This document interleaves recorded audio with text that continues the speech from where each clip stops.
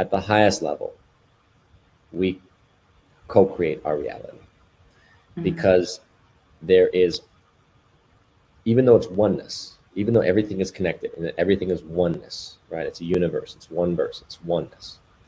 But there is the experience of different perceptions, right? Which we call ego, we call, individuals, because it's like this oneness has many different ways of seeing it so that it can experience itself better.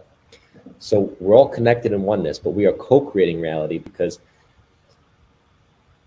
it's not just the ego's pleasure. This world is not about the ego's pleasure. The ego's pleasure is an aspect of it.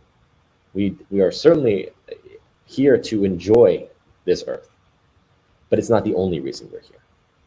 We are here to evolve. I think fundamentally we are here for a spiritual evolution. That's what I believe. So as spiritual evolution, that means that we have to go through things that are challenging. We have to go through things that are uncomfortable. We have to go through things that can be considered traumatic for our growth. There are things that are, again, everything across the spectrum has to be assimilated into the collective consciousness. And through us, we are aspects of we are the tentacles, it's like the tendrils of, the octopus or something. Like all of us are connected as the experience of the oneness.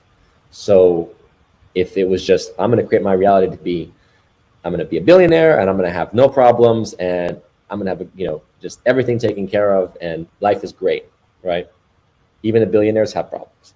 It's because nothing is about this world is not about just being, everything's easy. No, we can find, like you said, we can make our reality based on our reactions and our mentality. If we have an optimistic mentality, ultimately, we probably have a better chance of enjoying our life than people that have, that may have better conditions. Maybe they have more money, but they have a negative outlook or a fearful outlook. They're probably not enjoying their life very much. So you can make your realities based on your attitudes. That's true. But your co-creation of reality is not for your happiness, just purely for your happiness. As a soul, we have to find happiness. We have to recognize gratitude. We have to achieve our own self-understanding to recognize, wow, I am blessed. I am grateful, right? That's how we achieve the happiness. It's not just because everything comes to me easy and, I don't have to work, I don't have to do anything. I'm just going to, get $1 billion and everything's taken care of and no problems, right? Never age, never get sick, never die. I mean, that's not what this world is not about that. There are people that are trying to control reality to get to that place, but they'll never get there because the natural universe is not about just material happiness. It's about growth. It's about evolving. And that means, again, facing the challenge, finding our how do you say, our depth, our strength, assimilating those experiences for wisdom, for purposes of wisdom, right? So that's why I say that it's a co-creative experience where your soul knows better than your ego. The ego, of course, I want it all right now. Give it to me. Give me give me everything I want. That's the ego. The soul knows better what we need. And so it's a co-creative experience. But getting to your question about how to explain to people, like I said, there's no external reality doesn't mean there's any bubble. That means that everything is connected. It means everything is connected energetically. So as we shift our attention, yes, absolutely.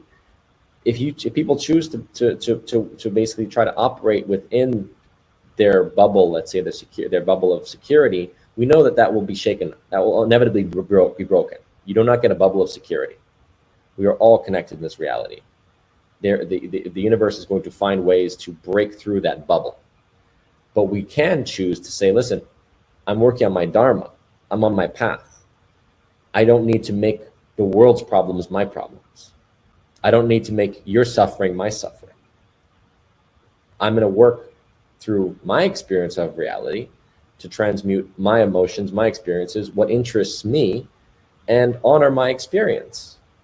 Because again, I can honor your experience is different than my experience. If it interests me, we can have a conversation. But there's, again, there's limits and boundaries to all of these experiences with people, even with our partners, right? They're never going to fully experience what's going on for me, and that's fine.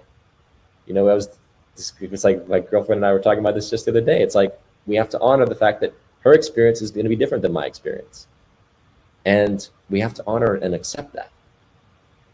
It's not my place to force anyone into my way of seeing the world.